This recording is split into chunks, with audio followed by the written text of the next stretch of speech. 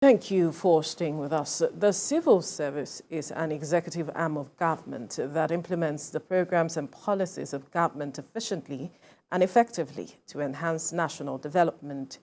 According to the Director of Human Resource, Federal Capital Territory Association, Mohammed Bashir, about 1,500 staff will be trained on the new Federal Civil Service Strategy and Implementation Plan 2021 to 2025.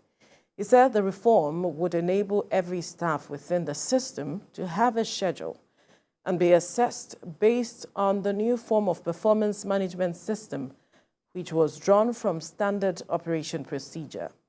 He also stressed the need for all civil servants to move with the global tide of embracing technology and get themselves acquainted with the utilization of computers for proper record keeping. Joining us in the studio is a public affairs analyst, Dr. Dokun Adedeji. Good morning. Good morning. Thank you for joining us. Thank you for inviting me. And we also have a lawyer, social development advocate, and member, Chartered Institute of Personnel Management, Jide Ologun. Thank you for joining us this morning. It's my pleasure. Thank you, too. Right. When we talk about civil service reforms, for decades we've been talking about this. We've had several panels ranging from the Dotun Phillips panel of 1985. We also had the Orosonye panel also looking at addressing this matter of civil service reform.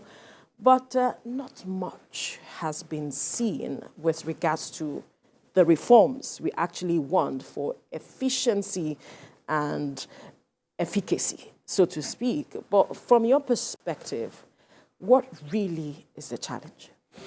Okay, let's take it back a bit to the foundation of the civil service structure. You know, the colonialists actually brought it together with an organization to help them administer the management of resources in Nigeria to achieve results. And as soon as we became a republic in 1963, after the 1960 political independence, you know, we had the Magan Commission of 1963. We had the Adebo Commission of 1971. Between 1972 and 1974, we had the Udoji that came up with several recommendations. But it appeared that at that point in time, the one that was implemented was increase in money for people to enjoy, and that became the bedrock of ostentatious lifestyle within that circle. And of course, you had the Dotun Phillips that you mentioned in 1985, and when IBB was there, in 1988, he promulgated a regulation decree also to help. But the conclusion is that not much has been delivered, despite all these reforms. In fact, the Oronsonye reports are still there, about 800-page reports. And it's because we have not established the culture of operating based on KPI. In human resources management, you talk about key performance indicators. That's what we call the vision. What are we out to achieve? Then the mission, how do we get there? You set up accountability mechanism also. So, because if you look at the whole essence of having the civil service, then you take it back to the French meaning of civil, which has to do with law.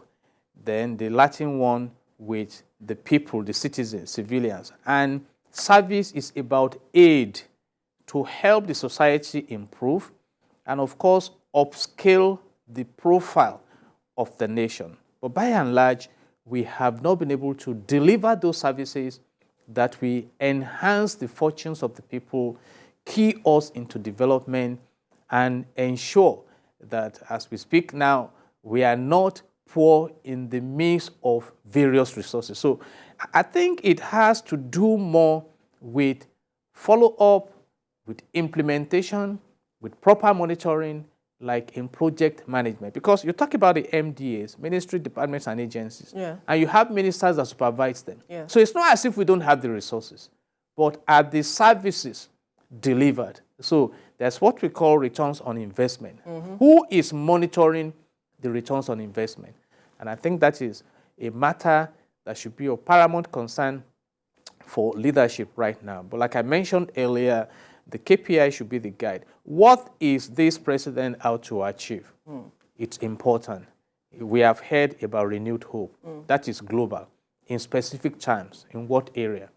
To generate electricity. And that's why I'm happy that Wike started talking about cleaning up Abuja, reviving the metro system. And you know, it's not just about talking. Go ahead and get it done. I look forward to a time eventually when we celebrate the first 90 days of uninterrupted power supply in Nigeria. That's the work of those who are entrusted with resources in that ministry or agency. But we know how the civil service frustrates these people sometimes. It's because they want to be frustrated. That's what I'm saying. You can hire and fire. In Singapore, nobody frustrated Lee Kuan Yew.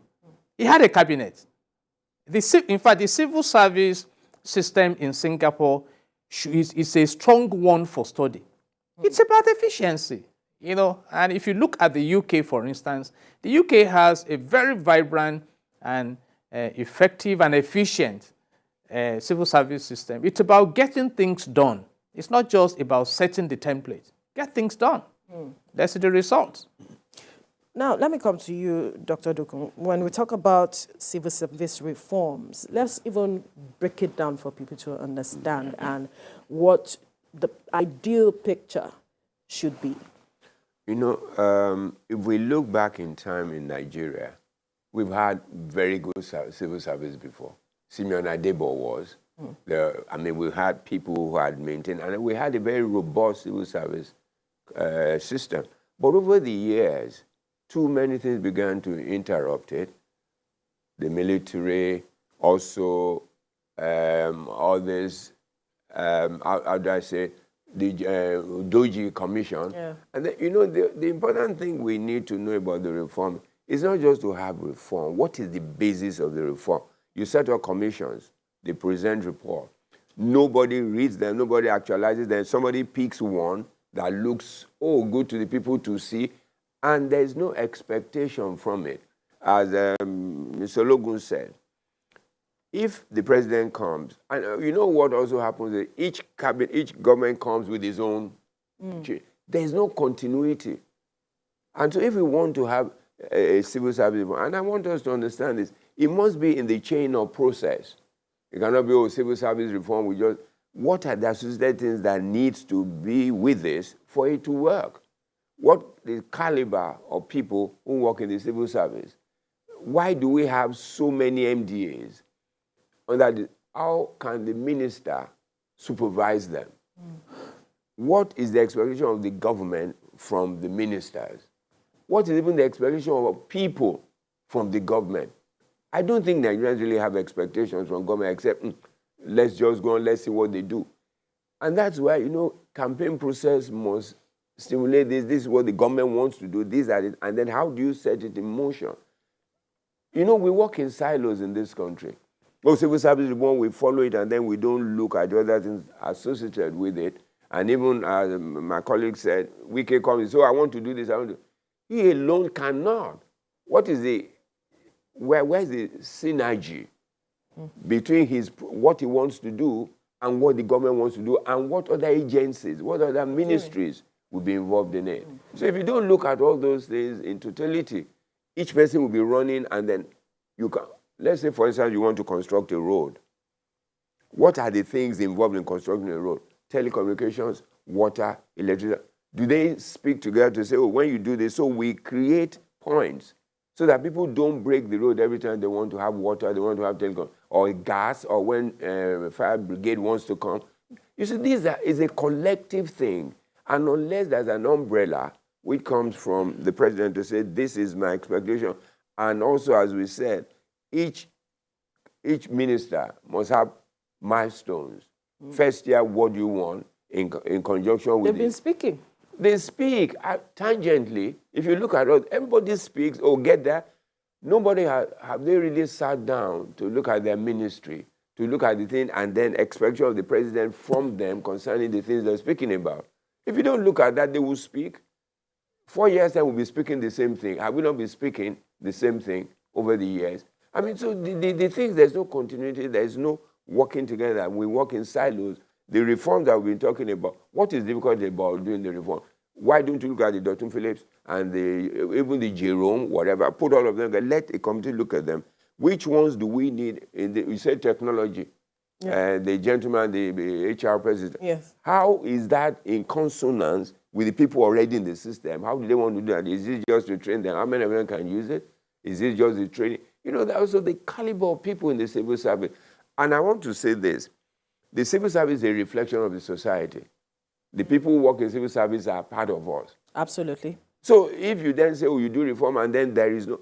You know what I'm saying? The elemental. If you don't then look at the situation in which you look at Nigerians and we change our paradigm, have a paradigm shift as to the value system, you just talk about reform and then we go back and the values must be... That's why at this point the NOA is so important.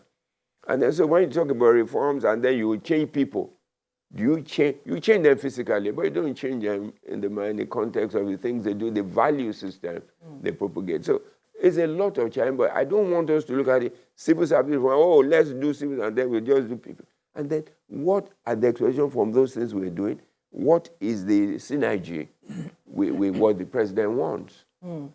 It's so important. Absolutely. Now, let's look at what the Director of Human Resources, FCTA, Mohammed Bashir, is saying, talking about training 1,500 staff on the new Federal Civil Service Strategy and Implementation Plan of 2021 to 2025.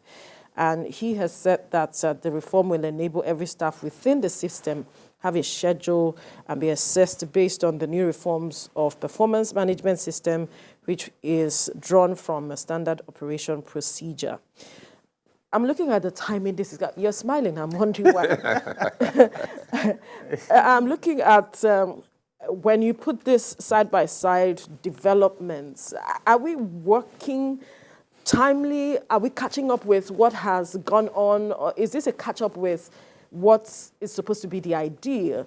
How do you situate this that is coming out of this statement being made by the Director of Human Resource Management? Apparently, and I smiled because we have the resources to achieve this. You know, what he read out, they are easy.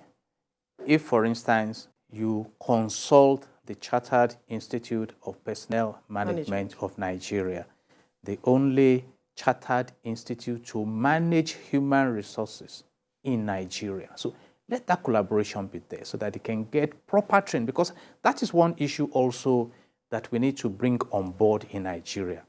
It shouldn't be just be political assignment, but professional. So let those who are skilled in it get involved in the training. And talking about whether we are catching up, yes, we are. You see, right now, Singapore is discussing a different level of human resources engagement that is far ahead. The UAE has Ministry of Artificial Intelligence. So people are talking about things that are highly advanced right now.